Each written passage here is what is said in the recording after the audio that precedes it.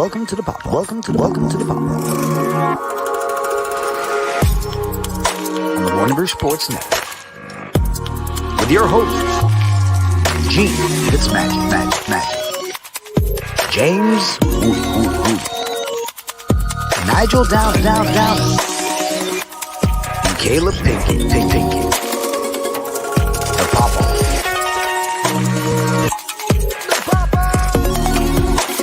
Welcome to the pop-off.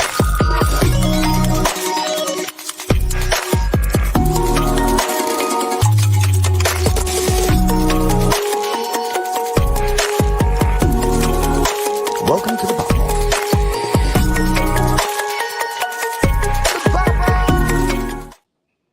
Yo, what's up, everybody? Welcome to today's pop-off. We're all together for the first time, my peoples, right?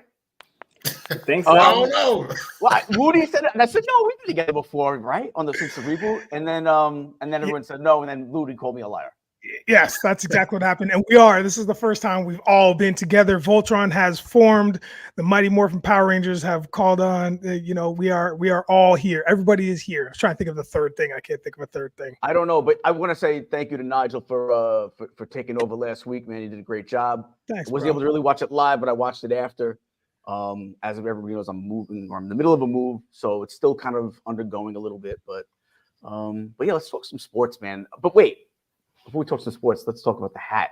Oh, y'all want to talk about this hat? Listen, this is a fresh one. I just steamed it, just curved it no more than 5 minutes ago. That is why I am tardy this morning. This is the Down East Mud Ducks, I think. No, Down East Ducks. Some sort of ducks. Wait, I think, Woody, are they in your hood? The Ducks? This is Carolina right here. I don't even know. I mean, I definitely in the Carolina League, but I'm not out here quacking. I gotta look up my squads. Yeah, man, this is the minor league baseball right here. Look how beautiful this is, huh? That is the dope logo. Yeah, man, the striking is nice, man. Got the red on top and got the gray underbill, which I love, and then got the black guts under there. Boom, man, I'm feeling nice today, boy. Feeling nice. Cause shout out to the Masters, because I guess golf started. And you know what else has started? Duck season. Ducks are all over the place, just dookying all over those greens. You know what I mean? So what do you mean when you say you steamed your hat? What does it mean to steam a hat?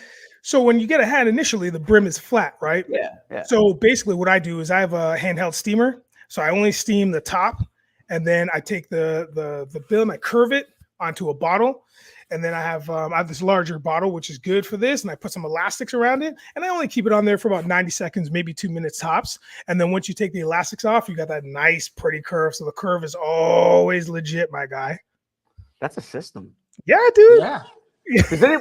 Caleb, you know about the system? I don't know about this system. I don't do all that. I usually just leave them flat. It's too much maintenance for Caleb, but he does wear his own face on his t-shirts. What I do that's is a bonus. I don't worry about that because hats, I just keep the brim straight and put it on, and whenever I do it, that's when my hair ain't cut.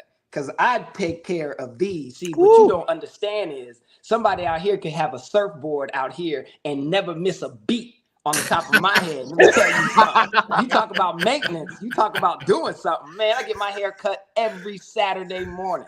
I got it cut last night because my barber got to go somewhere this weekend. But I get it cut every Saturday morning, and it's always laid. It's always. You won't never see a wave out of place on my head. You know what I mean? You know what I'm saying? Listen. That's why we have you on the show, Caleb. It's the hair. That's why we have you on the show. It's the hair. Oh, but you can't see it. You can't tell. You can't tell on this. You know what I mean? But in person, shit. Yeah, he's not wrong. He's not wrong. Because when the Beach Boys. Yeah, because when we connected that one time, that's the one thing that I said about Caleb. I didn't even tell him, but we met up for the first time. I was like, yo. And then in the back of my mind, I was like, God damn, that brother's hair is nice.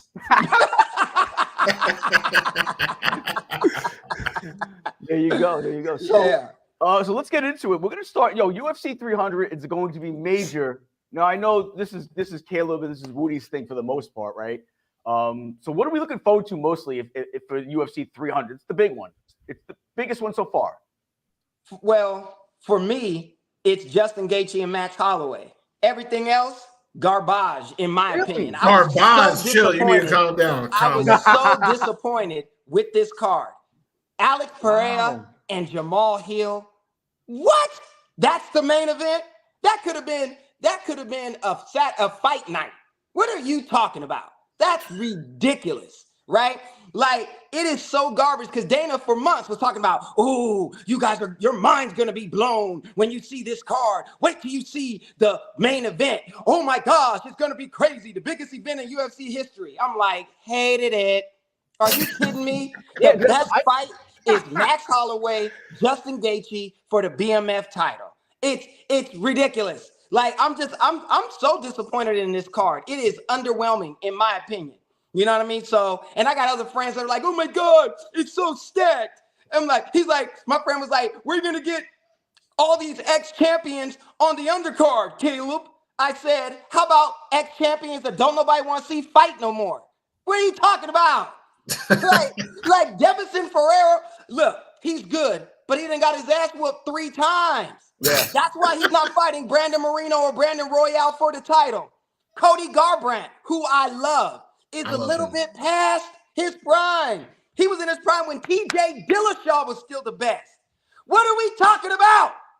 Like, listen, I'm just like, I mean, and that's an undercard fight.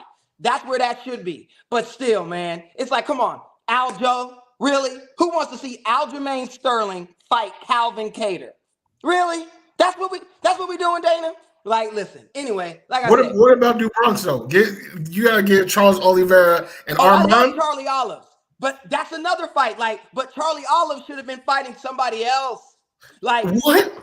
Like, Armand has been on the rise after he knocked out Darius. But Charlie Olives should be fighting because he was supposed to be going after Islam. And if you're not gonna fight Islam, you need to be fighting one of the people that's next in line to fight Islam, right? But again, I love Charlie Olives, so I'm never gonna be mad at him. But you could have made him fight somebody else. Poirier just got knocked out, so it can't be Justin. You should have gave it to Michael Chandler, who's been waiting for Conor for 2 years. Yeah, it's like, come on, man. Like, make it something where we're like cramming to watch it. You should have held Sean O'Malley's fight for this card. Like, you should have been pulling like, listen, y'all ain't gonna fight here. You're gonna do it in UFC 300. So it's stacked with current names that are right now pushing the envelope and making people buy pay-per-views. This was incredibly underwhelming. Now, to Dana's credit, I know what he was trying to do.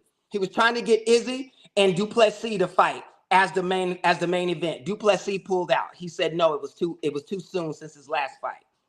Okay, maybe. But that's not Dana's fault. I know Jamal Hill and Alex Pereira was not his first choice. He went through a few to get to that. So that just shows nobody wanted to fight, which isn't really his fault, but it kind of is. Because you should have changed everybody's schedule and be like, no, you got to fight here, you fighting here, you fighting here.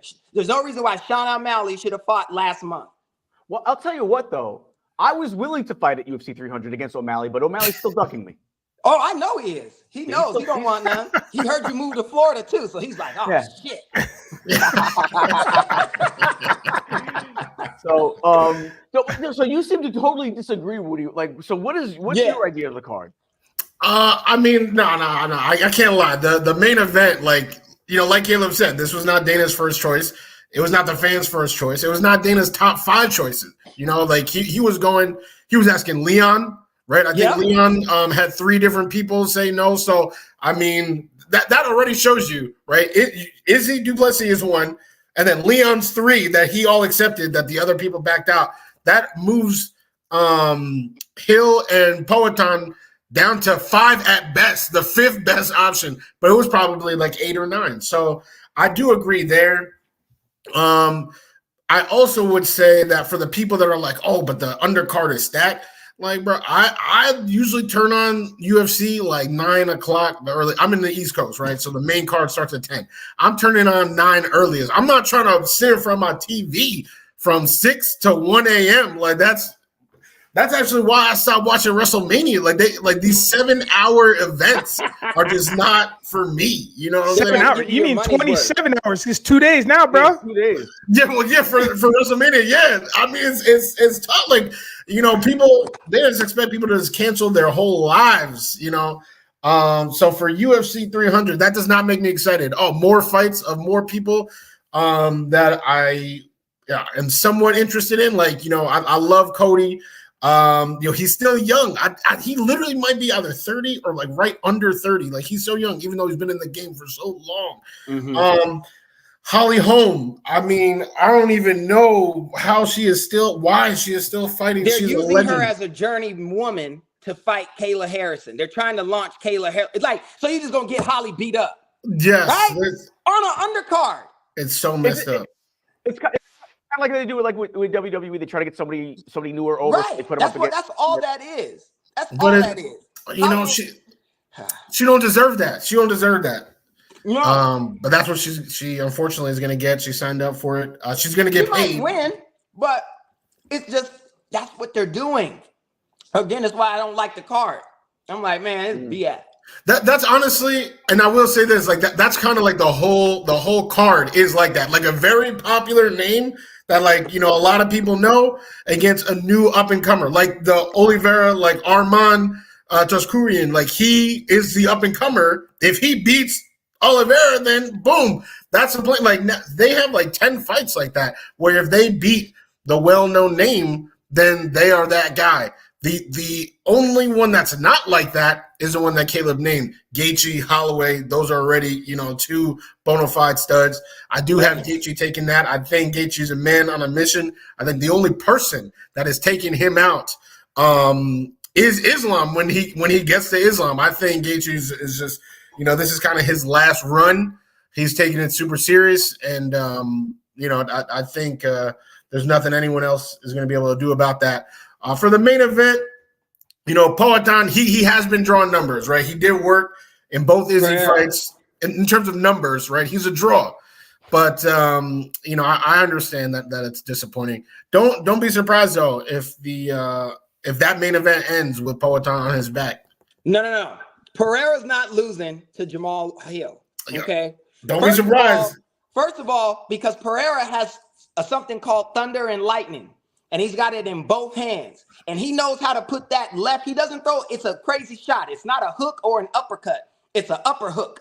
But he knows how to put it right on the underside of that right side of your jaw. Mm. And it's called night.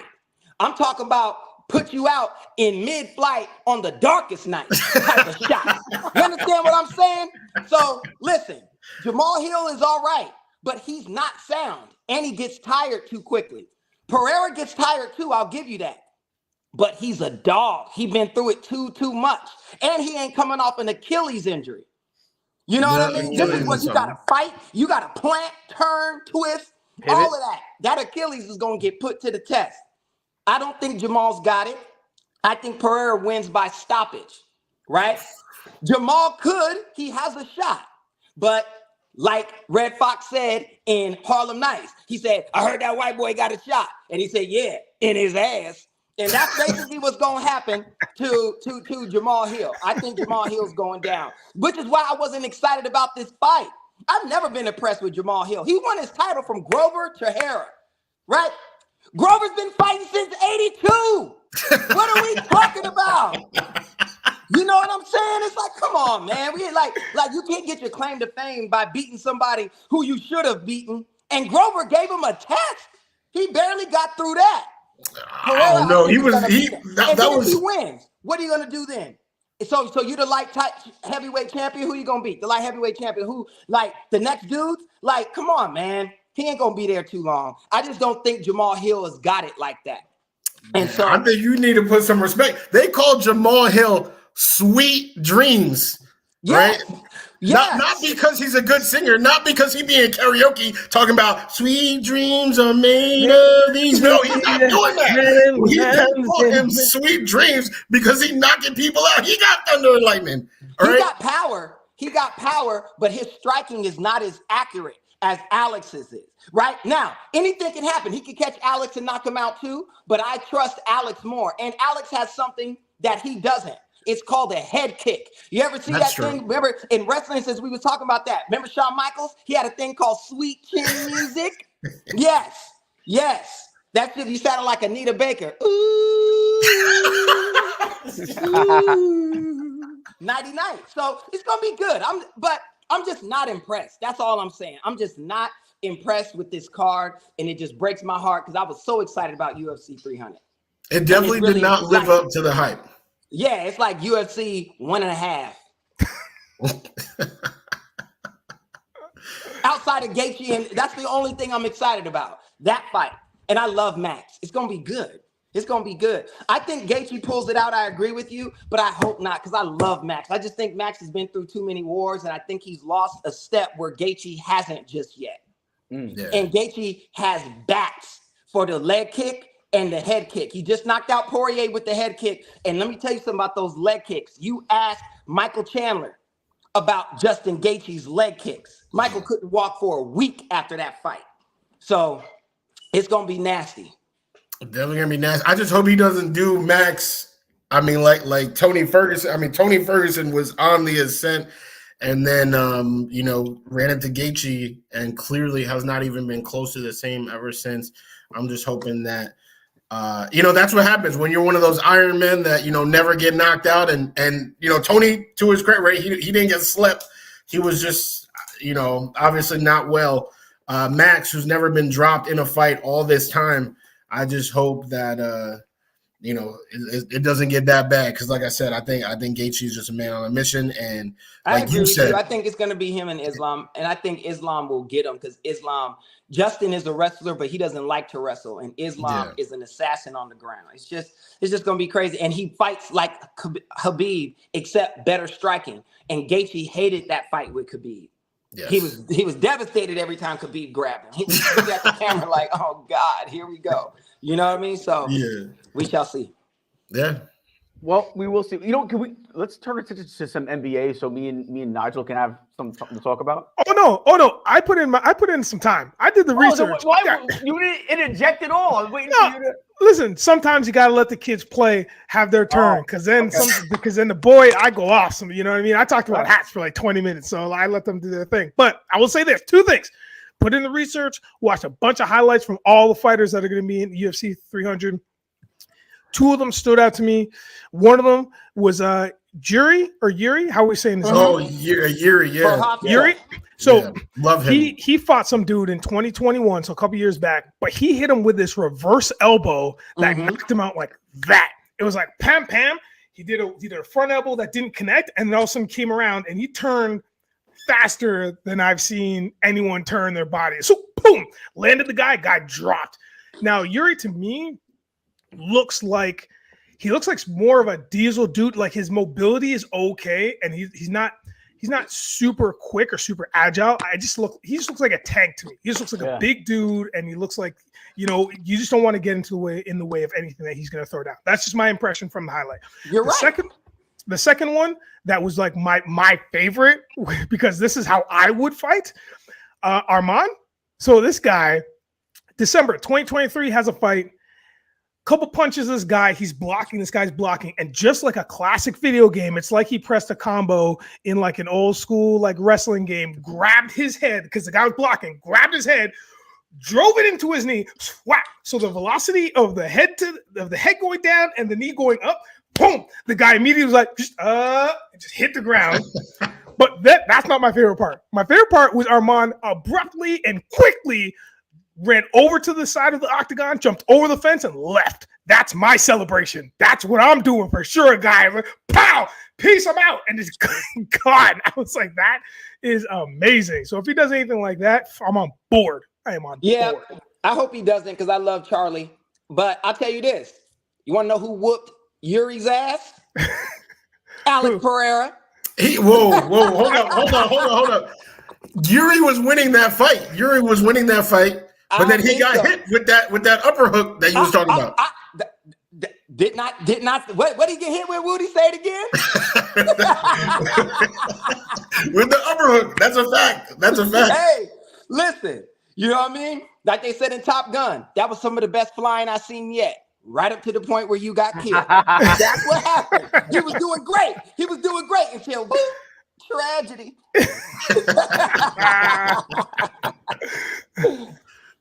All right, well, let's talk a little NBA.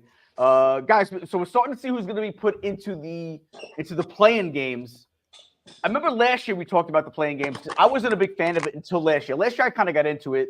You guys are all playing guys, right? For the most part. Yeah, for the most part, I'd say. I love watching the playing because it's one game. It's like NFL or March Madness. Yeah, like that's true. Yeah. So let's take a look at the West. Who do we feel like is that team is the most dangerous? Like the Heat last year. Miami came from a playing game, went to the finals. Who's that team in the West this year? And we'll talk about the East in a moment. Who's that team in the West that you feel has the best potential to be the most dangerous going into the playoffs? Well, I've got them ranked, and I think it goes Golden State 1, Lakers 2, Sacramento 3. I think the Sacramento Kings have kind of lost that magic that they had last year. Yeah. I think they lost that momentum, even though they have, I believe, the better record out of the three. Is that correct? They're in the eighth. They might be They're in tied. eighth place. I know there's a 3-way tie down there. Right. No, I think it's Phoenix and New Orleans a tie right now for that final 6 spot, and That's one will right. get the 7th spot. Yeah. So I still feel like this might be the dare I say it? This might just be the last season that Golden State really has a nice push to do any more damage in that West. I think we've seen them steadily decline, not to anybody's fault other than injuries. And obviously, that and pool contract it was like a hot mess. It's just time. It's just been a slower decline than we've usually seen. Usually there's like an immediate drop off. But I'll tell you why, though, because usually that's because they start trading off players. Like you look at the Bulls, all of a sudden they started getting rid of players. You know what I'm saying? Right. That's what I was going to follow up with. That's a great point, Gene. It's like they've been able to keep everybody's contract and keep everybody happy, and Kerr's been doing the thing, so they've been able to maintain it through injuries and through disputes off court and whatever and what have you. So I think that Golden State, this might be their last hurrah, and I think they know it too. So I think that's why this could be something special.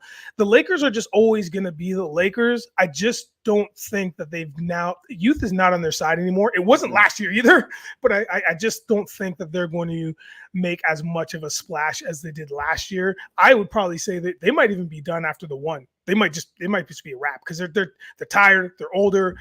I don't know if they can get if they can get Russell and some of the other kids to stand up and do the thing, maybe. And then, like I said, I led with Sacramento in terms of I just think they've lost the magic. So that's how I feel about the West right now. The West playing as it stands.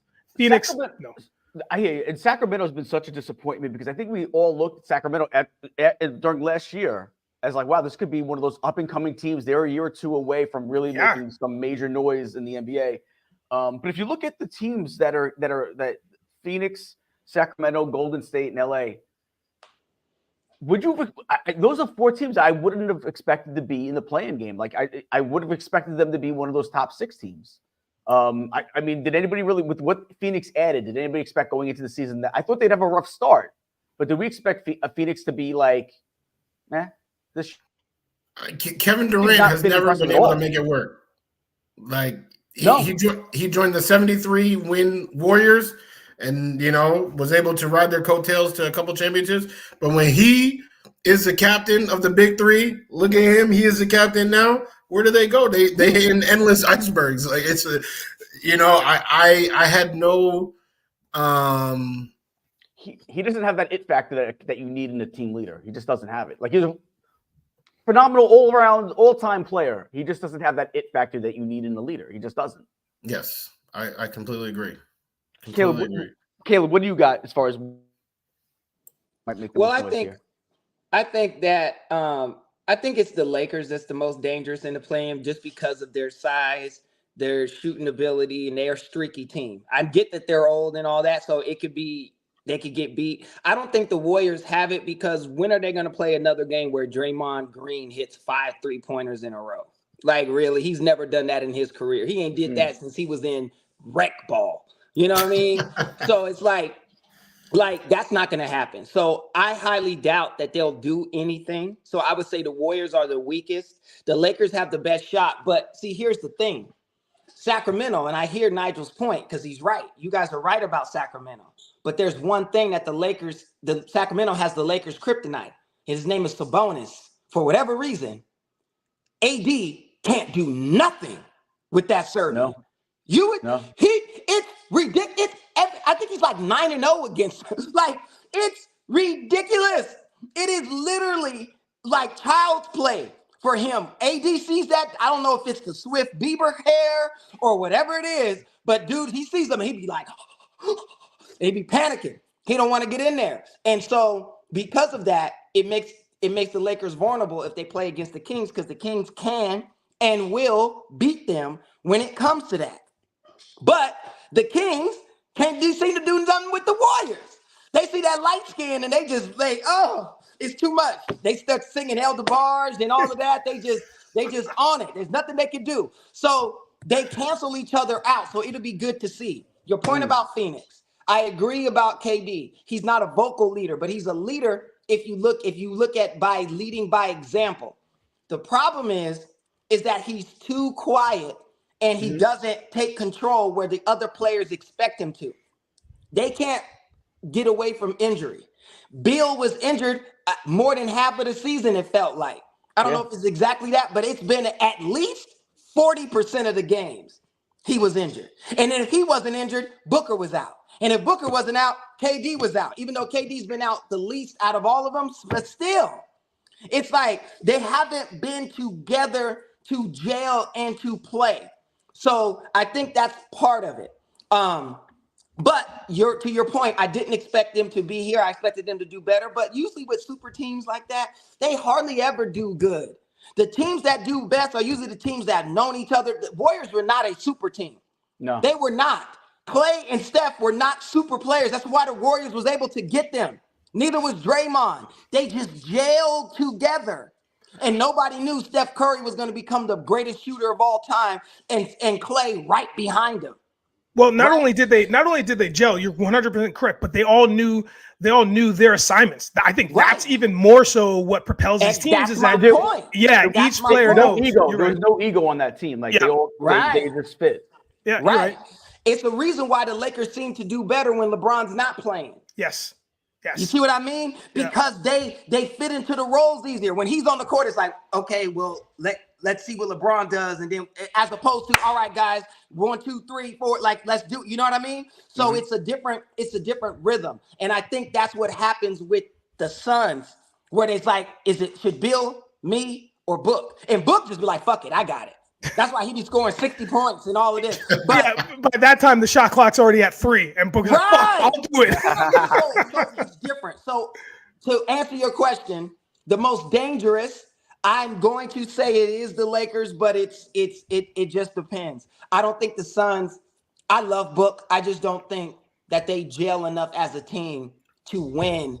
They can win one game, but they won't win a 7-game series. If they play against any of those other teams, please, it's a wrap. What do you think, Woody? I'm pretty much in alignment. The Lakers were my pick. I think when you come to play in, play off, either one in, out, it's those X factor type players. And LeBron James is an X factor type player. I think Steph Curry is an X factor type player. You want to talk about those two guys, who has a better supporting cast? Give me LeBron's supporting cast all day. Give me his supporting cast. AD is still one of the more underappreciated players in this league. Like, if AD is playing to the best of his abilities, he's like top 5 in the league. There's nothing he can do. He can't do offensive, defensively. Like, he is a stud. Reeves, just going down the line. D'Angelo, Russell, to have Russell and Reeves, like two guards that can score, create, pass the ball well. It's that is a team that, because they don't play at their ceiling too much, we forget how good they can be. And all of these teams, we talk about them as playing teams. They've all won 45 games already. This isn't, these aren't 4 bad teams that we're talking about. It just happens to be that the West has 5 teams, 1, 2, 3, 4, 5 teams that have won 50 games. Like, it's a very deep conference, like it's always historically been. So, we're talking about 4 good teams. And I think the Lakers, when they hit their ceiling or are close to it, they are a way better team than any of the other teams. The Warriors can give them a run. And the Suns, I don't think they can hit their ceiling. Obviously, if they hit their ceiling, they're amazing. But I don't think they can do it. because of the factors that Caleb said. The gel, they haven't been able to gel too much. I know a little something about gel. I'm trying to work on my stuff right now. That's why, I got the hat on. But, they're not gelling. All right, call me the gel expert. They not gelling right now. The Lakers, they have what it takes. The Warriors have what it takes, but the Lakers have a little bit more. I'll call them the most dangerous. Yeah, I go with the Lakers too. As much as I'd want to go with the Warriors, Warriors are my other team after the Knicks for the most part, or at least my team in the West. The Lakers, I feel like, listen, they overachieved last year, I thought. I didn't think they were going to get to the conference finals last year. So I think they know what they need to do. They've been relatively healthy this year compared to other years, most of their guys. I feel like they can make the most noise as long as they stay healthy. I remember talking about AD last year, where it was like he just was like the walking wounded. He just looked bad. He looked like he was playing at the age of 60 in those playoff games. But yeah, I'm going to go with the Lakers on this side of it too, pretty much for the same reason that you guys just said. But let's turn attention to the East. Woody, what do you think about who's that team in the East? Well, we just talked about X Factor type players, right? And how I feel like, that makes a huge difference. I don't know if anybody in the league is a bigger play in, play off, play out, whatever X Factor player than playoff Jimmy Butler. I don't know who this man becomes. Like, because he's not like he's a solid player. He's Clark good. Kent Superman. The Clark Kent Superman for real. For real. Like, I truly don't understand it. As soon as he hears that word play, he just rip it off.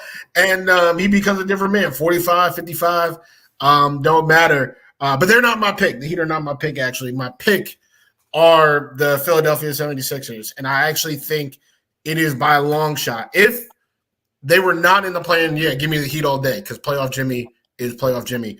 But the Sixers were actually a fantastic team all year when Embiid was healthy. When he was hurt, then of course, yeah, they just slid down. Like, they are where they are by accident. Yeah.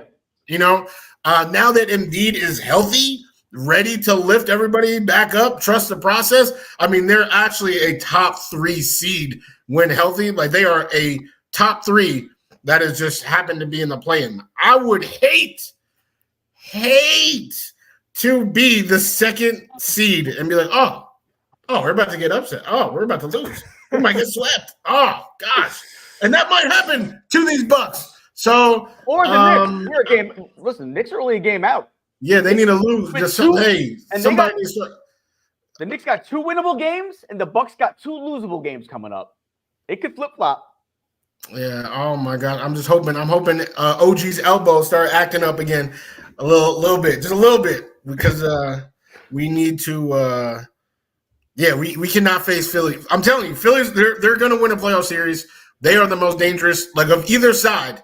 Mm-hmm. They are the most dangerous team because they are truly a second team, a top 3 seed in talent. Yeah, I agree. That's my team too, is Philly, and mainly because they just got their guy back, right? That it's like a big trade. It's like getting a big trade at the end of the year, having this guy come back now at the perfect time. He's going to be well rested from the time he had off going into the playoffs. I agree with you. I think New York could still give them a run, but I think it's going to be a scary 7-game series, Philly, New York, if they get them in the first round.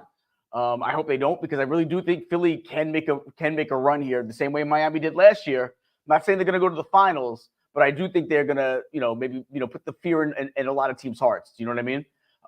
What do you think, Nige? Yeah, hell yeah. Let me go with the Sixers too, man. I'm just gonna jump right in, because there's no point in talking around it. Yeah. But my affiliation with that is Nick Nurse, the Nick Nurse factor. The fact that he's now back, and not only is he back in the playoffs, but he's back in the playoffs with a squad again.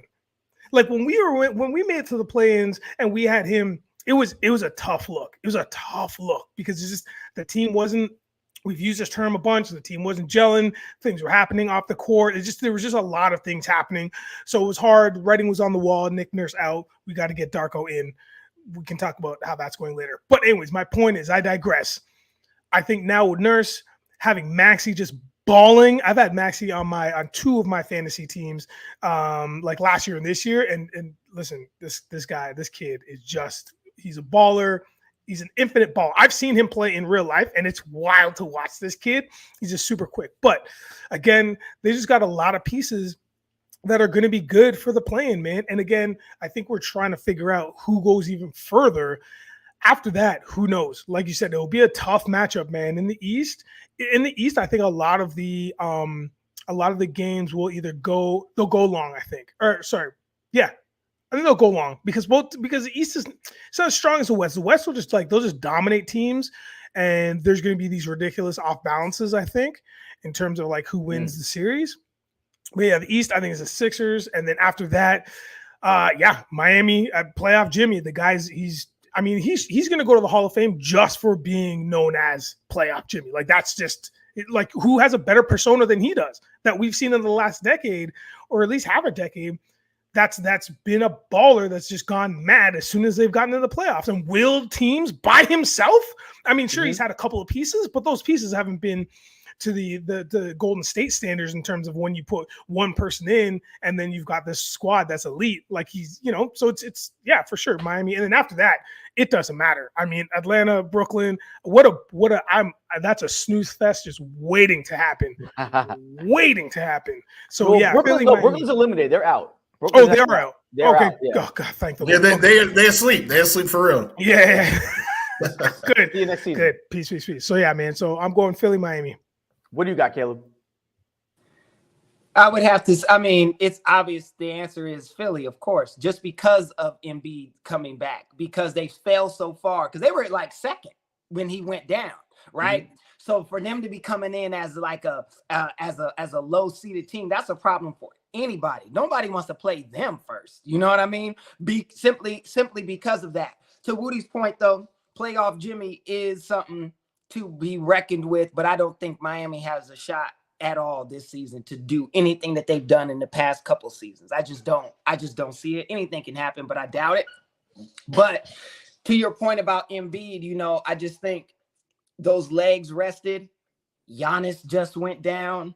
Like it changes the East. Now, I'm a big Jalen Brunson fan. I loved him while he was in Dallas. So to see him with so much success in New York, but again, without I don't know why I blanked on his name right now. Randall. Without Julius, it's I don't, because you're talking 7 games. You know what I mean? 1 game, oh man, he could win the NCAA title. But 7, it's like tragedy. You know what I mean? So I think it's gonna be, and I'm gonna just say it, I think it's gonna be between Boston and Philly. Game 7, and Tatum with the perfect hair misses the game-winning shot, and Philly wins. You know what, man? You just could not wait to say that. Like, I love Tatum, but Lord have mercy. When it comes down to it, you know what I mean? Listen, when it comes down to it, 2 things gonna happen. Like my cousin say, you either gonna barbecue or mildew, baby. And that just means you either gonna make it happen or you just gonna sit there and do nothing. And I just feel like Tatum, for whatever reason, it comes up mildew the majority of the time. And I know they're doing great.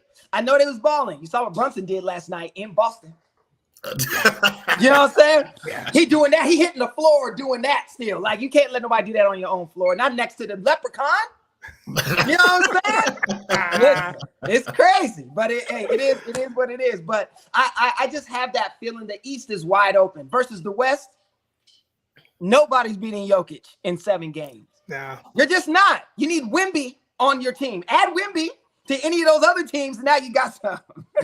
It's a conversation. You're not wrong. Yeah. It's a conversation. Yeah. Absolutely. Imagine Wemby on the Mavericks. That was the team I was thinking about. Could you imagine that? With Luka and Kyrie in there? Like, come on. Now you got a problem. Outside of that, nobody's beating Jokic. Not in a 7-game series out the West. They just can't. Not even the great LeBron, not even the perfect shooting Steph. Not happening. But I just feel like on the East, it's way more wide open for Philly than it's ever been, simply because Giannis is hurt. Yes. Well, yeah, that's what I was going to say too, man. It's just like if you're looking at the standings of the East, because Woody, you did mention it. You're just like, there's 5 teams. 5 teams. The 5th team in the West has 50 wins, and that's the Mavericks. After that, it's upwards and onwards. But then you go into the East, and Boston running away with it 62. After that, 49, the Bucks, and then everybody else. It's wild, like the dichotomy of the two divisions. And it's been like that for a couple of seasons, but I feel like now it has been the time where we're really like, oh, damn, yeah, this is how the West was won. Like, this is a wild time to be in the Western Conference. And the playoffs, as we all had watched it for the first time as a squad and going through the chats, I mean, we were losing our goddamn minds because the West was just out of control to watch. You were always watching a Western Conference game, always. East, we were like, man, we could do without. Listen, seems as though we might have lost Gene to the lords of the internets, to the Wi-Fi. So we're gonna jump right into the talk that was already kind of spurred. Can the Bucks win the series without Giannis? No, of course not. Yeah, hell no. With Doc calling the plays, they can barely win with him. With Doc calling the plays, hell no. They need a new prescription, bro. They need a new prescription. Maybe they can get Caitlin to come play for them for a little bit. Like immediately. Like not even a little bit, like immediately. Dude, and here's the thing. Angel Reese, get some Yeah, help. that's what they need. They need Angel Reese. Cardoso, get her. Oh. You know, the wild part about this is that I was doing all the fact checking and trying to find out what's up with this guy, what's up with Giannis.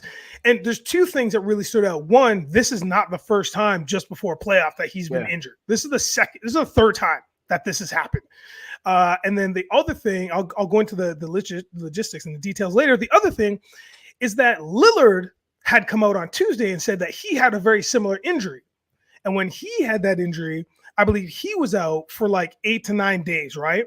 But then when he came back, he ended up hurting another muscle in his calf and then was out for another 2 more weeks.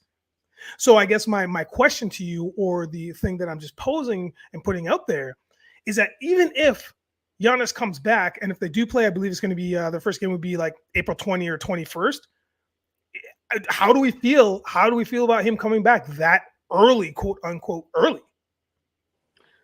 You know, it's scary because it reminds you of the Kevin Durant thing that we talked about with. I remember Caleb. You brought up with Aaron Rodgers. And at one point saying, "Oh, he's got the calf muscle. He's got the calf muscle in camp."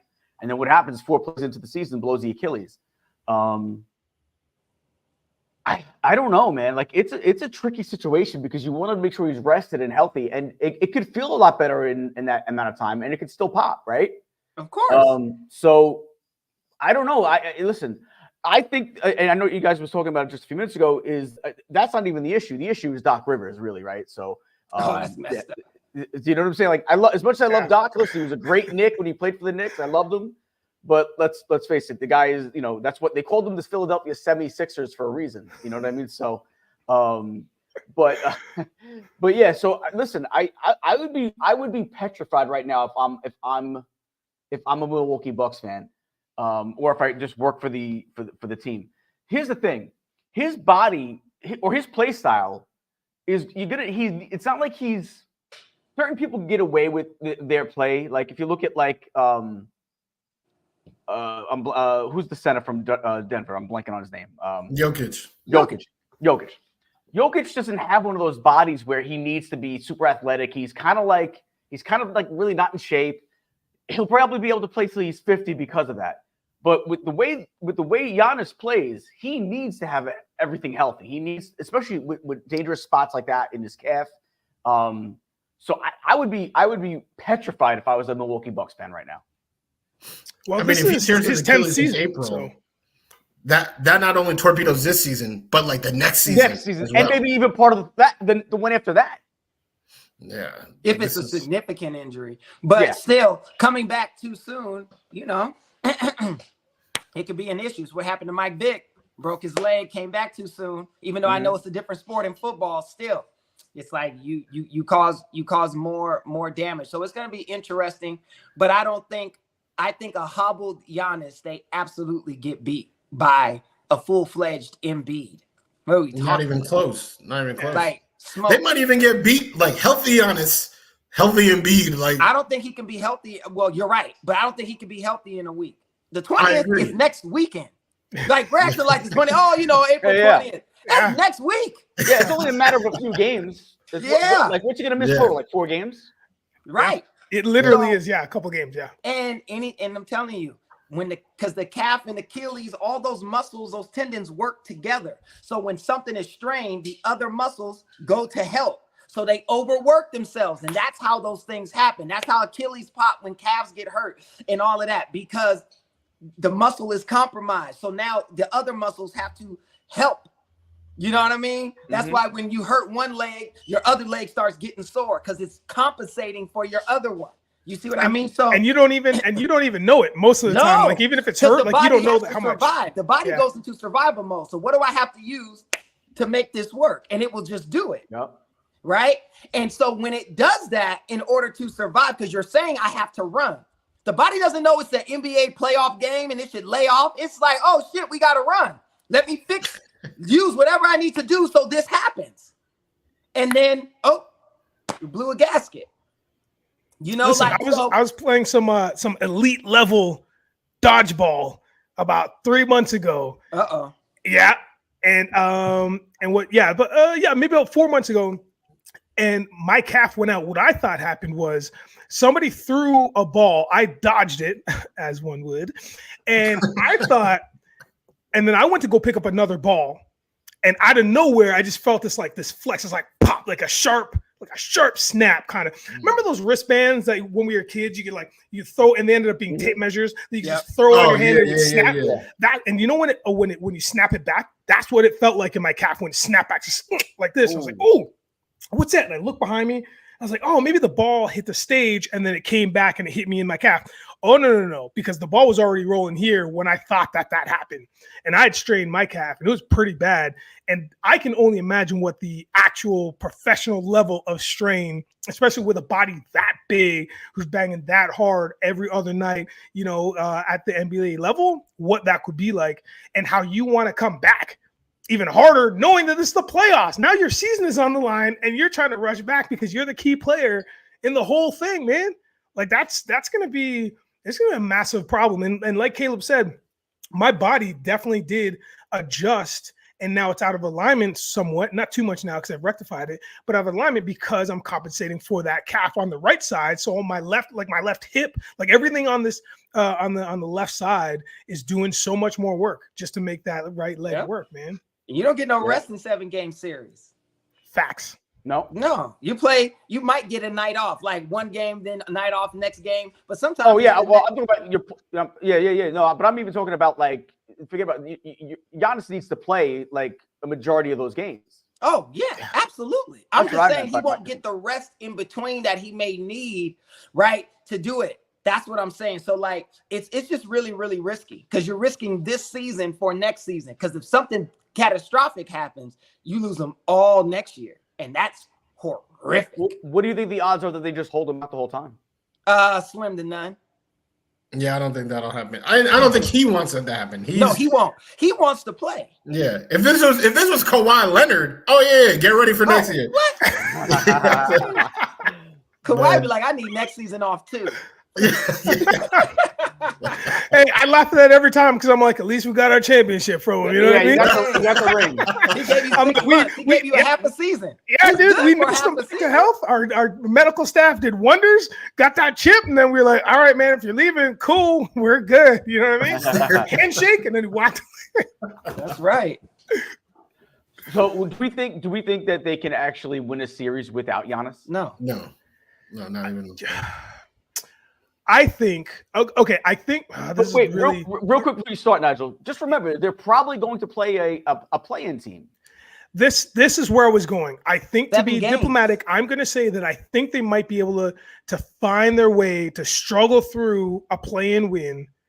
Then Giannis comes back, and then they kind of make a run. That's what my instinct says, because I just don't feel right having him come back because he's gonna watch him come back. And then what happens? Game 1, boom, injured, man. I don't think they beat a play-in team in 7 games without Giannis. Yes, that's a fact. Because they're facing the best play-in team too. That's right. Yeah. And those play-in teams aren't too far off. But remember, you're talking about it like a 7th seed, though. Okay. What do you mean? We're talking about the Sixers that actually are a 2 seed. They just lost Embiid. No, I think. Yeah, I guess it could be. All right, the Sixers. Yeah, I think the Sixers could beat them up. For sure. What else? Who else is it? It's playoff Jimmy. Beat them up. Yeah. Playoff Jimmy is waxing them. They wouldn't beat Miami without Giannis. Hell, yeah, you're right. It's a problem. Those are the 2 teams that are coming out of the. Yeah, they wouldn't. Right? They wouldn't beat either one of those. I would not. I would. The better question is, do they win a game? No, they would. I'm gonna give Dame Time 1 game against the Heat. I would not give them 7 in a 7-game series. You got to win 4. Nah, not without Giannis. No way. I'm saying they're getting swept without Giannis. Oh, to the Sixers. To the Sixers. Oh, with the Sixers, yes, because the Sixers want to beat them. The Sixers will want to make it a point. Embiid will want,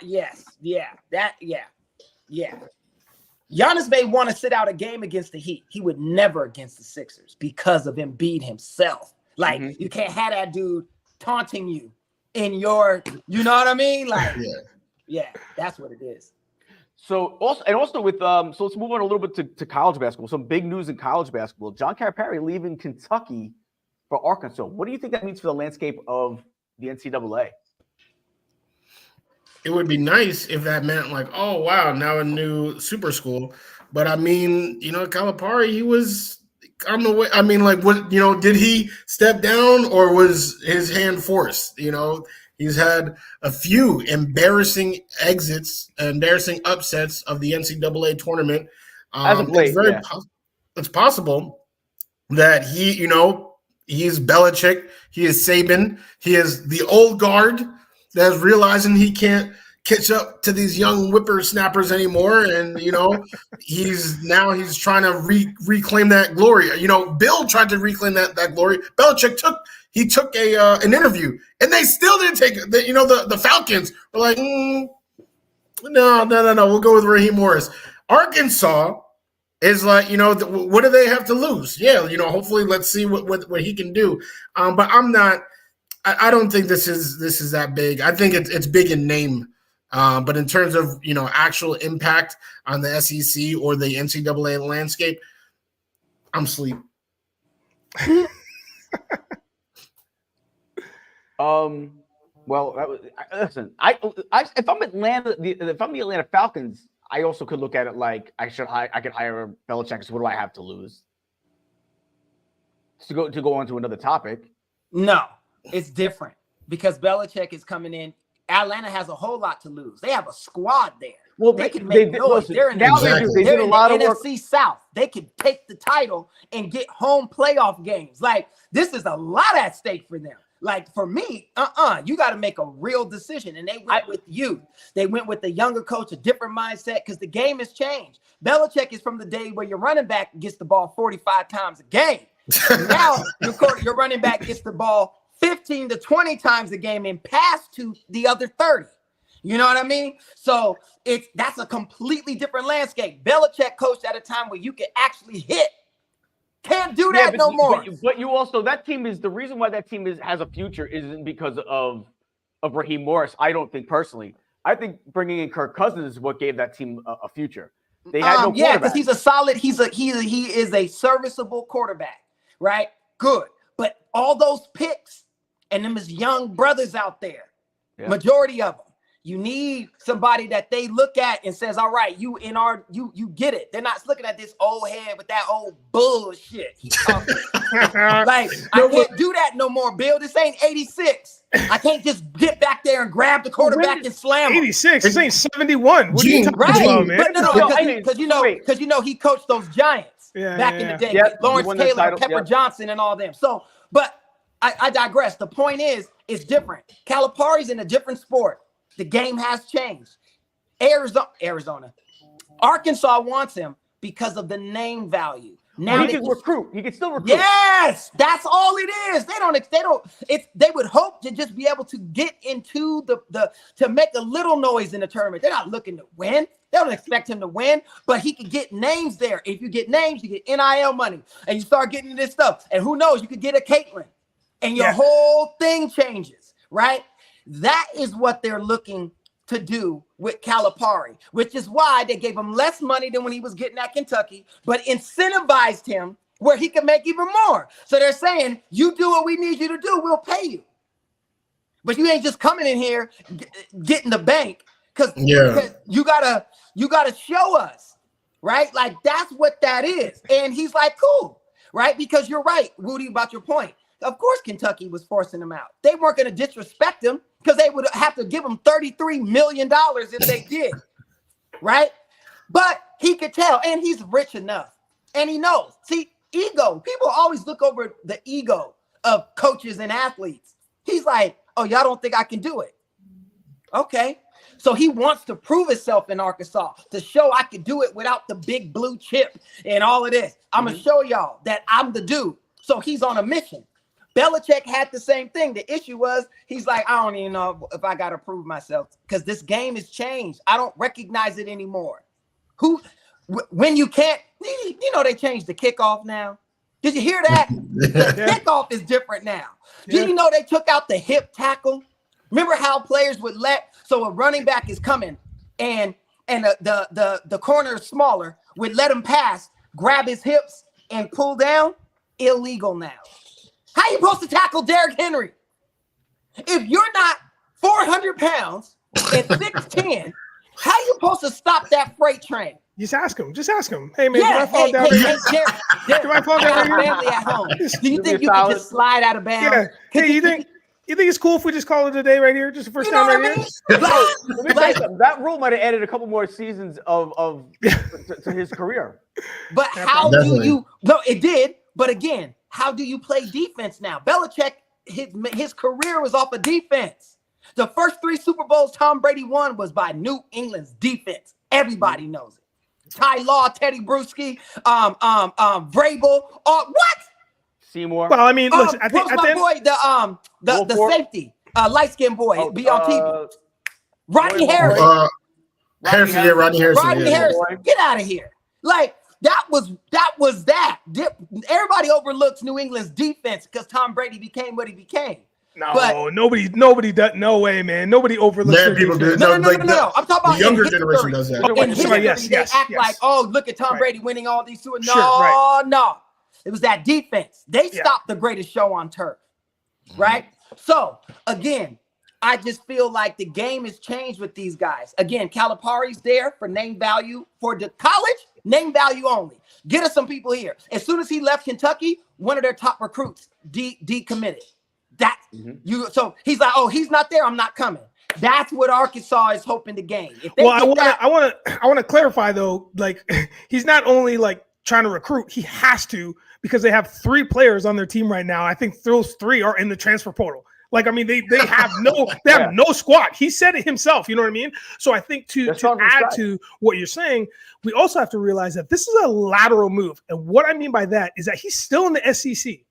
He's still in the SEC. He's just in the East now as opposed to the West. So he's still going to play a lot of the same teams that he had played the following seasons in his 15 seasons as a head coach, right?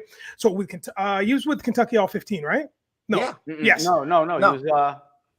I thought he was. No. Well, no, he was. He was with Kentucky for the last 15. Oh, yeah. Okay. I'm talking about. Yeah, I'm about to say. I'm like, 15 seasons.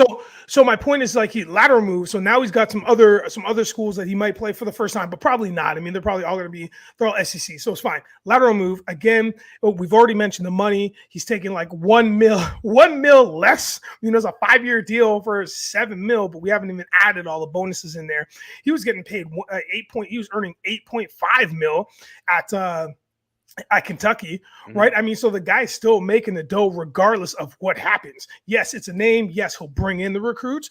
I don't think the status is we're not going to change the title to the Red Bloods. Like, it's not going to be, Razorback Nation, and they're not going to, maybe they'll come close to a Final Four. Maybe they will make the Final Four. Will they win one championship in 5 years? Because he's got 5 years to do it.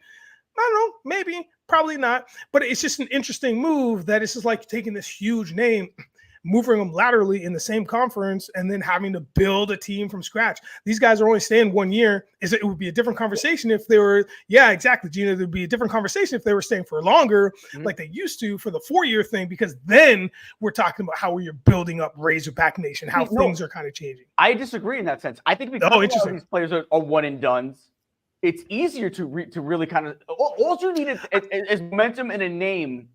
And then it's easy because you're all, like I said, a lot of the big players are one and dones. So right. I think it's easier to prove that you have a good team earlier than it wouldn't take you for a season. For a season though, but then after that, like you don't have. What I'm saying is like if they were staying around for longer, like they used to back in the day, then he could really build a foundation. He could really make that magic happen. But now it's one and done. I'm not saying he can't do it. I'm just saying it's just a lot harder. You can bring in players, but he knows. We all know you only have them for a season. Likely, if they're good enough, they're only going to stay for a season. Then they're going to declare. Then they're going to walk away, right? But this guy's critically acclaimed, so you can't really go wrong. You got to build a culture. If you bring in some big recruits in season 1, he's probably not going to. It might be too late this season, obviously, but by next season, right? Season 2, he brings in those big recruits because hey, I want to play with John Calipari because look at all these other people that John Calipari got into the NBA. 35 first-round picks. And some first overalls, right? So I think it's easier to build a winning culture, or it's quicker to build a winning culture when you have these one and dones because you every year you just restock. You know what I mean? You don't have to wait. You don't have to wait for teams to kind of like get to gel and have a 4-year window. Every year it's like a new team. Mm-hmm. You know what I'm saying? So I think, to me personally, I think that's what makes it easier. Yeah, I think he's done though. No, he very well might. Listen. Some coaches, St. John's is coach. I'm having a horrible day today, guys. I'm a little sick, so I'm blanking on names left and right. Italian dude. What's his St. John's coach? Yeah. Oh, I feel like I do know his name, but I'm gonna have to ask my friends at Google. Oh, anyway, he's a guy that was one of the big coaches in the. Pitino. Yeah, Rick Pitino. Yeah, Rick Pitino, who I love. Rick Pitino was one of the big coaches, and then he just his time passed by a little bit. So that we could be seeing that for Calipari. That's what I was saying earlier. That's what I was saying. Then you started talking about the Falcons. That's not what I was saying. A roster. That's not what I was saying. Arkansas has 3 players that are not even playing on the team. They don't have anything. Falcons had a roster for the last few years and did nothing though. Yeah, but so they have players that they're like, hey, we need somebody to drive this ship. Arkansas is talking about we need somebody to build a ship. They looking for Noah right now. No, listen. I think but here's aside from that, to talk about Atlanta, to go back on Atlanta, the quarterback is the main focus. I think bringing in Cousins is the biggest asset, the biggest addition they've made this year. I don't know if Raheem. I don't know if Raheem Morris is a great coach because he's tried and not worked out in other places. I don't know if he's going to be a great coach. I really don't. I would love to see him succeed.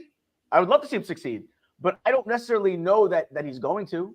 But we were talking about the context of hiring him over Belichick. Like, who do they trust more to drive the team with Cousins? You know what I'm saying? As a hiring. Could it have been a price? I mean, you probably would have had to pay more for Belichick. No, maybe could it have been money? No, not in football. Not when it comes to coach. Not when some teams are still cheaper than other teams, though. Yeah, I really think that Caleb nailed it on the head. It's just I think Belichick is he's just past the prime. That's all. It's no slight against the man. Yeah, I know it's no slight against the man. It's just one of those things where I think look at the way he conducts himself during interviews. Right, we all know he's like very very precise with his answers, and he won't give you any more. Right, he's very to the point. Imagine I don't know the man personally, so I don't know this, but imagine trying to connect to the dude about like a TikTok video or about the latest hip hop that's going on.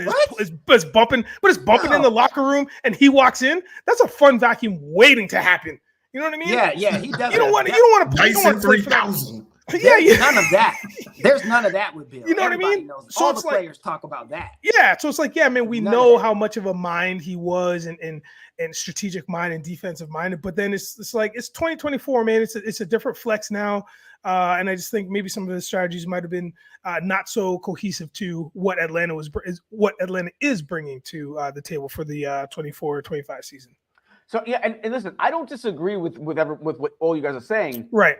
I'm just kind of putting in, I'm just playing devil's advocate. What do we think about these other things? Sure. But let me. So another side question. So let me ask you: when do you think Belichick actually lost it? Was it when Brady left? Was purely Brady left because he had lost it. Yeah. No, for real. Like Brady was like, "Yo, what is this old man doing?" Yo? Yeah. Then he went and he won a Super Bowl in year one. Like, Which is wild. I think that's the utmost proof of the scenario. Wild. So, Yeah. all right, let's go back to basketball, guys. Caitlin Clark is coming out. What does she mean for the WNBA or the Big Three? Because there's the thing with Ice Cube, I think, offer what, $5 million to play in the Big Three. $5 million. $5 million. Listen, out the gate, I don't think she should go to the Big Three. I'm a hard no against the Big Three. I feel like Ice Cube, I love what you're doing, my dude. I think it's fantastic for the game and what you're trying to do. But I feel like the chase is on for Caitlin Clark to get a ring, to get a championship. And I don't want to use the word, not a legitimate one. That's not the one I'm talking about. I'm talking about like in the league where it's organized with the leagues and with the teams and divisions and the thing that spans a season. We're talking about the Big Three. That's 8 weeks if you don't make the playoffs, 10 if you do and you win a championship or you win whatever their equivalent is. I don't really watch it, so I don't know what the end game is here. I feel $5 million. Yes, man, bless up, Ice Cube. You guys got the money together. I love it. But then we've got the longevity, we've got the legacy, we've got you coming up with all these other amazing, fantastic, brilliant women that changed the game with you. Like you were the benchmark, but I mean, everybody else coming up. Are you kidding me? There's no doubt that the WNBA has been in conversation since Caitlin Clark started this last season because people are excited for her to get drafted and go on and see what happens with. I think it's the Fever that has first pick. Yep. To see what happens with the NBA, and not to mention everybody else that's going there. Like I just feel like the WNBA career is what she should do, or she should at least consider it more heavily. I just feel like in terms of a legacy, it's just, and to get the fans to come out on a regular basis to the whole league. She's gonna make so much in marketing. Yeah, money. She already is. She don't need the her Big NIL. Three. Yeah, her NIL. And money the big three is like, that's lame. She wants real competition. She ain't trying to play against Lisa Leslie. Like that's who Ice Cube gets. Well, she would be playing against she playing against dudes though. She playing against it's like you're playing, Jay Rich. but they're 45. You know what I mean? Like, and they all had NBA careers already. that's right. She's trying to compete in the league. Did you hear what Diana Taurasi said? She was like, yeah. All that stuff look good out there with them little girls you playing with. But wait till you come here and you play against real women. We gonna see what all that is. Right? Love it. She wasn't playing. Like that's where Caitlin is going. Caitlin don't care about the money. No. She made more money last year than she ever thought she would make in her entire life. And probably more money she'll ever make in the WNBA because they don't pay big salaries yet. And maybe Caitlin can help change that, where they can actually get the first woman player to make $1 million from a WNBA team. Because they make like 150, 200,000, 300 grand, the most, right? So it's like she wants to go there. She wants the titles. She wants to show that she's great and compete against Angel Reese and Paige Buckers or whatever, and all of these other girls that are coming up. Juju coming up out of USC, like all of them. Like that's where she wants to be. That's where the competition is, right? Not in the Big Three. She probably don't even know who Ice Cube is. She probably thinks he's the guy from Are We There Yet? You know what I mean? Like she's a kid. She wasn't even born when Friday came out. So it's like great movie. But that's my point. Like it's just like all that. No, she don't need none of that. One of them Subway commercials takes care of all that. I'm gonna be honest. I heard from a very reliable source that every pregame she listens to Ice Cube's "America's Most Wanted." I highly doubt that. Ain't no way she's listening. She doesn't even know that album exists. Yeah, I was like, Get out of here. You mean Exactly. Kid Rock? No, Drug album cover on her wall. Yeah, she that's hilarious. The one with him with the beanie like this. And America with 3Ks. Yeah. Caitlin's like, yeah, I'm going to Indiana, biatch. KKK. The home of the KKK. What you talking about? KKK ain't closer to Iowa than in Indiana. You know what I mean? Yeah, but anyway, but all of that, but still, it's like, come on. That's where she's going. That's exactly where she should be. She don't even have she ain't even entertaining that. It was just a media thing. You know what I mean? Like, she could definitely do both. It's and not one or the other. And it's a little shot at the WNBA. Because how could Ice Cube offer her $5 million, but the Indiana Fever only gonna give her $200,000? Because it's all capped out, right? Isn't it like yeah, but I'm saying you're right. She can change that. She can right. She becomes a free agent, and that after that first contract, and she can go where she wants to go. How she can change it is this: people have to come to the games, and if they come to the games, and their TV ratings, the more networks buy the games to put on their network, NBC, ABC, ESPN, TNT, whatever, gives them a contract. That's how everybody rises up. The way the NBA makes money is off of merch, stadium selling out, and the TV revenue. And the TV revenue is number 1, 2, 3, 4, and 5. And then everything else is 6, 7, 8, 9. Right? So if Caitlin can help with that, with the girls that she's playing against, the new girls coming in, that will change everything. People have to crave to watch those games.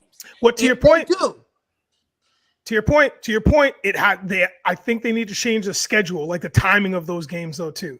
Because whatever they got to do, they got to figure it out. The point is, they get television, big deals, everybody's contracts go up.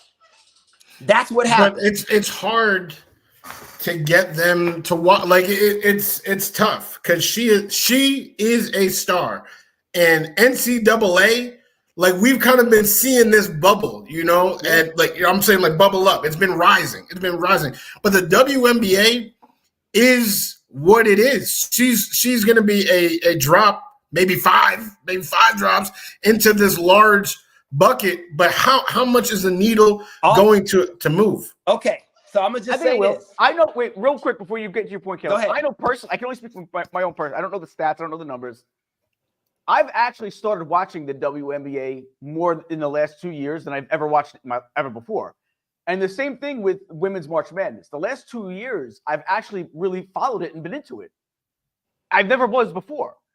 I agree. And I think those women that played in college that are coming in will help drive the ratings because people know who they are. They don't know who the ones are in the league now, right? For the most part. But here's the point I was going to make. Is that there was a time in the NBA right after Magic and Bird lost the flame where the NBA was flailing. They were like, what are we going to do? They didn't work. The ratings were in the trash. The networks were dropping the games. And then a bald-headed guy from Chicago won the dunk contest and scored 63 points in Madison Square Garden. And everybody said, oh my God, I have to see who this guy is. And everything changed. Yeah. Michael Jordan single-handedly saved the NBA. That's why he's regarded as the greatest outside of everything else he did. See, that's something that's different. Caitlin can do something similar to that in the WNBA. Her fan base, people love watching her play. People are going to root to see Indiana. Indiana gets those television pops at prime time or whatever. Watch what happens, especially if she balls out. Well, and to your point, like what Jordan did was he made the game international. He took it from just being an American sport to that's why we have so many, European. But he didn't do nothing special outside of just balling. Like, what did he do differently than Bird and Magic? They had a ball, they would shoot. Right? It was. The marketing. I think the NBA marketed him well too. They knew what they had in him, and they said, okay, we're going to start marketing this game with him. And he was the guy. He was their guy. Right. I think it was his style, though. I think it was his style, his aggressiveness, his willing to drive, and just like things that Bird and everybody else. The league was just full of shooters or big men that could dunk because they could take 2 steps and they could dunk. Right. It was nothing flashy, but he brought this flash. Not even with that personality. It just happened to look flashy because nobody else was doing it. And I think that's what propelled him. Okay. In agreement with everything you're saying, but I think that's what helped. I agree with you. And I'm saying that's what Caitlyn can do because her Yes, style for is sure. that. For sure. You've never seen a woman pull up 3 feet from half court and net it. You've never seen that. That's what I'm talking about. Like that's the Steph Curry effect on the NBA, on basketball. People underestimate his effect on basketball, right? He's the reason why Calipari is out of touch, because Calipari's like, wait a minute, you don't shoot the three till somebody's down there to get the rebound. I'll be honest. Anymore. I'll be honest. When I'm watching basketball and I see someone take a long three and there's nobody there to get it, it infuriates me. I still cringe because that wasn't the way I was raised. But again, I'm 44 years old. I'm not 24.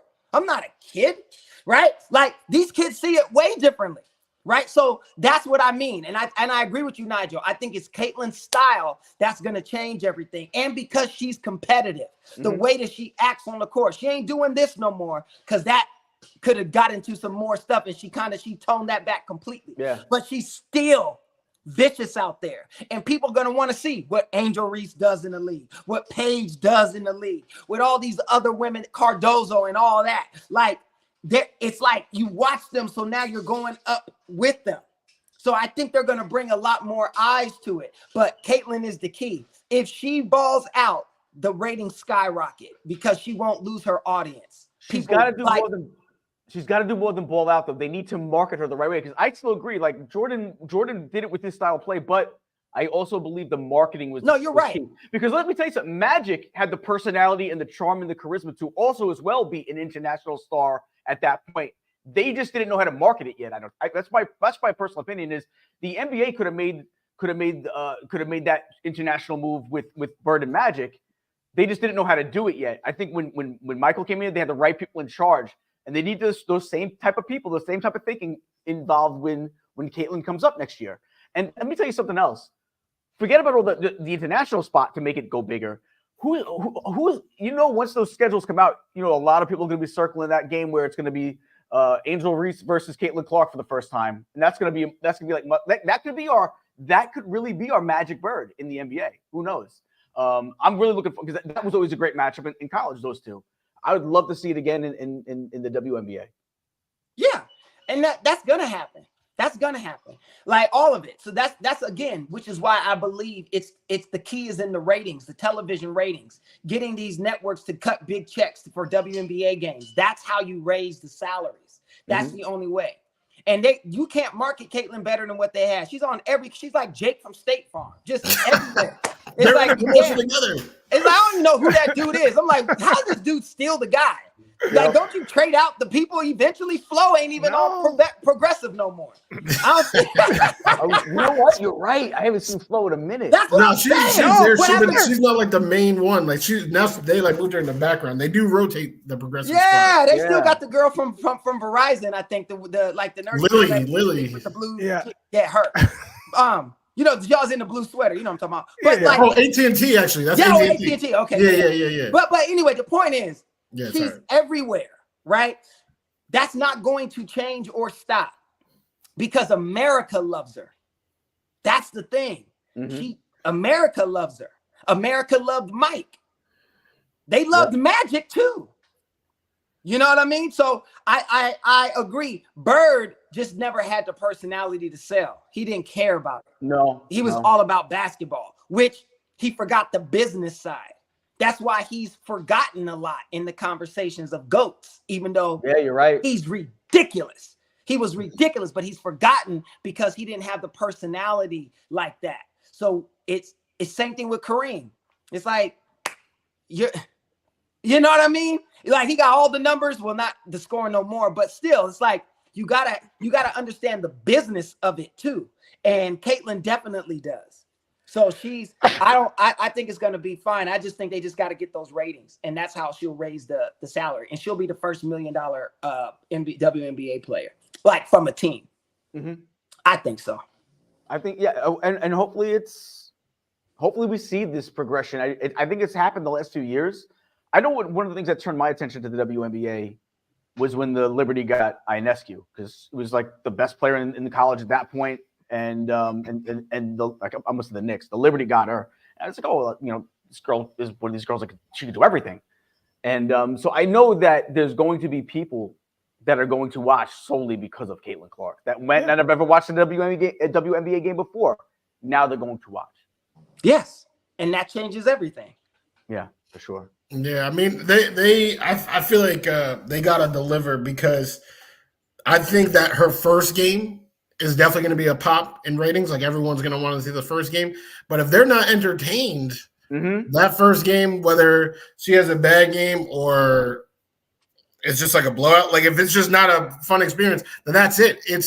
It's really one and done. You want to know something?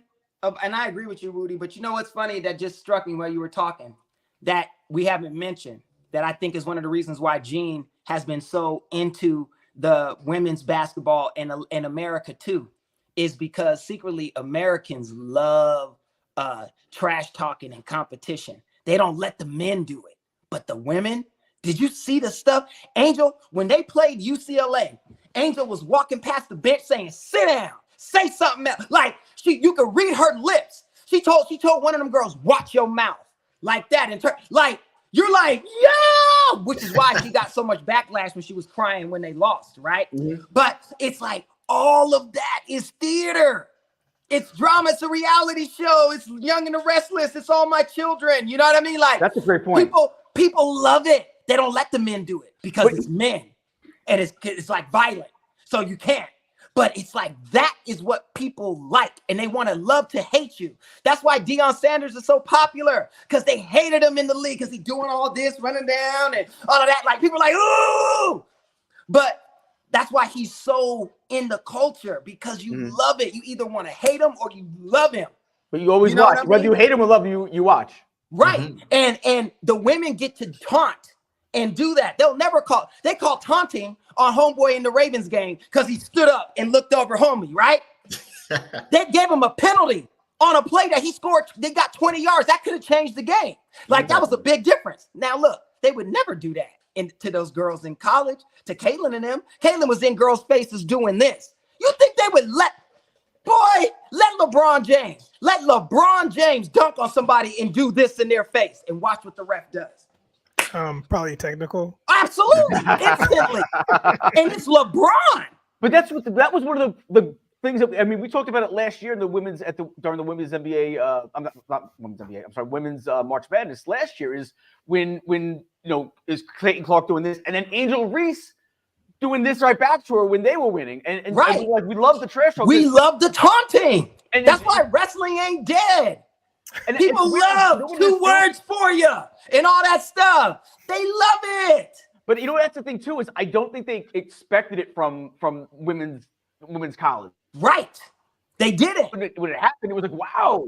We didn't expect it. I know it was one of the draws for me. It was like, wow, they really get at each other. I wasn't expecting. I was expecting good little girls playing basketball. No, you're right. That's exactly it. And then like, you know, trash talking, going, like, you know, pointing to their ring, and doing all of that. I'm talking. Did you see this last tournament? The fouls they let those girls do to each other. Yep. That's why I was so upset over the UConn game. It's like, wait a minute, no. You're not calling that now. Not with 3 seconds left, and it's like the game is there. Dude, that was crazy. They were brutalizing each other the whole game. How are you now gonna call a moving screen? Are you kidding me? When she barely stepped out a little bit, she did though. So technically, yes, the call was right. You just don't make it then. But was it because they wanted to see Caitlin Clark in the finals? I believe so. That's the most obvious thing Yeah. that's almost ever happened in human existence. I believe it so, but it doesn't matter. The point is, if she was going to make it, she was going to make it anyway. There was no guarantee that Paige was going to make that shot. Paige she only scored 3 points in the 4th quarter. I was so disappointed in her. I'm like, how you supposed to be one of the best? And it's the 4th quarter, and you out there with 3 points. She pulled a Tatum. Man, chill. She pulled the Tatum. They go in like part of the NBA, which Jordan would taunt you. Jordan would stick his tongue out, dunk on you, look at you. Mutombo doing his thing. Jordan dunks on Mutombo and does this in his face. The NBA's going crazy. Scottie Pippen dunks on Ewing and stands over him and says, "Sit your ass down." Like, You know what I mean? Like, people love it. So when you pull that from the game, it's boring. But the girls get to do it, and they're good. So it's like, yeah, there we go. It's hitting an itch for America. And watch what's going to happen with football now that they're taking defense out. Watch. They think of, like, Americans love it. They don't want to see people get hurt. I get it. But they don't also want to see no flag football. That's not cool. Well, that's coming to the Olympics, right? So we'll see if we like it or not. Yeah, and it can come to the Olympics, and they can do all that. But there's a lot of things in the Olympics that don't nobody care about, like skeet shooting. I didn't even know they had that. Exactly. That's my point. That's an Olympic event, skeet shooting? Yes. What are you talking about? Okay. What do you mean? All ski, mother. You know. No, did Oh, they were talking about skeet shooting that whole That's time. what I'm saying. Yeah. I didn't know. That's again, like I said, there's a lot of things that, but I just, that's what makes me excited about it. I can't wait to see them in the WNBA. And I do agree with you, Woody. I hope it's good. Because if they water that game down, they don't let those girls do what they do, it ain't gonna work. Well, this is going to be a tremendous draft class for the it's the best they probably ever had. It's going to be a real, but it's true. And I don't know if it's just because women's basketball in college has just gotten better. Maybe that's what we're seeing the result of. But for whatever reason, this draft class is going to be amazing. And I think this draft class is going to really propel the league. Yeah, 1,000%. So, but yeah, so we're gonna cut it there, guys. I'd love to have all four of us back for the first time, and it feels like forever. Yeah. Hopefully we'll be back next week. We never, but whoever knows. Whoever knows. Yeah, guys. So, Nige, Caleb, Woody, anything going on this week? What do you guys got? Well, I just want to say something real quick. I got Jets Chaos on Twitter. I guess he's looking to cause some ruckus when he calling out my boy Nigel. He calling me out right now. I mean, if we need to talk to Dana White and get a first prelim, a pre-prelim to UFC 300 tomorrow, just let somebody know. Let somebody know, because I can do some work. I didn't see. I had the other screen open, so I didn't have that screen open. I didn't even see that. I mean, the nickname is Jets Chaos, so I already know it's messed up anyway. So I was like, I don't want to have at this person. You already named yourself Jets Chaos. We know that organization is pure mayhem. So it's I'm not about to jump in there. No, that's not cool. You got me and Moody right here. I'm sorry. But he's speaking facts though. Yeah, you know what I mean. It's Russell Wilson's your quarterback. Listen, I know. I do know. That's why I'm wearing a hat with a duck on it. That's hilarious. That's where I've come. That's where I'm at now. That's where I'm at. Got the only winning team in the NFL out of the four of us right now. And yeah, well, hey, it is what it is. We'll figure it out. We'll see. I wasn't too happy with how we ended it. Well, you know what I mean? That's like being 73-9 and losing the title. It's like, hey, but you got better this year. You got better this year. Oh yeah, hopefully on paper. Definitely got better. In the NFL, everything looked good on paper. Everything was good on paper. Yeah, it's like on paper we did. We just got to see what happens when those cleats hit the turf or the green. Does it translate to the field? We'll see. You got to keep that Barkley healthy. Oh gosh, we already know that. But I think look, the one thing about Saquon, he's no buster. Like, he's no chump. He's not sitting out because he hurt. Like, he's gonna play unless he's injured. And that's what I respect about him. We just need a defense. Our offense got weak because our defense was so bad. You know what I mean? That's what happened. Listen, I think it's one of the three. I think that's one of the things that was hurt the Jets is weak offense and the defense on the field. 90 minutes a game. Yeah, it's like anytime you let an Arizona go up and down on you and score. It's like you need one more game to clinch your stuff and you can't even beat them when you already up. Like, that kind of stuff, like, that is demoralizing. It makes your receivers be like, man, I ain't trying to go out here and catch. Why? You know what I mean? So it's all that. But anyway, I digress. But like I said, this weekend should be good. I'm gonna watch whack ass 300. I got one fight I'm looking to see. After that, it's like, if something's on, it's cool. I don't drink no more, so I don't get to just be like, I'm gonna just get faded and chill now. So it'll be good. It'll be good. So we shall We shall see. Nigel, anything cool coming up this week? No, man, I had a big weekend last weekend. There was one of my boys threw his first ever toy convention. So as you guys know, as Gene knows now, I'm a big nerd in that respect. I have a lot of action figures, so I packed up a bunch and I went out there, and which was about a half hour from downtown, and it was fantastic, man. I got a bunch. If you guys aren't watching this, and I said it last time on the pod, if you're not watching it, X-Men 97 for everybody that's in our cut from our cloth in that elk. That show is amazing. It was the best. Yeah, it's this, and this last episode was out of control. So anyways, I got Cal Dodd, which is the voice of Wolverine. I got him to sign a figure in a comic book for me, and Allison Court, who plays A Jubilee. I'm just gonna put that there in case you watch it. No spoilers. A Jubilee. Got her to sign a. She was a dope character. Yeah, got her to sign a comic book for me. She's a friend of mine actually, and she's a huge hat collector too. So me and her got to know each other real well during the pandemic. But yeah, man. So that just means this weekend a little too much, huh? Yeah, dude. This weekend is just straight up chill. Just taking all that nostalgia, hang out with my boys. That's it. There you go. Love well, it. guys, I guess that'll do it for this week. We'll see you on Friday, 2 p.m. next week. Have a good weekend, everybody. Peace. Peace.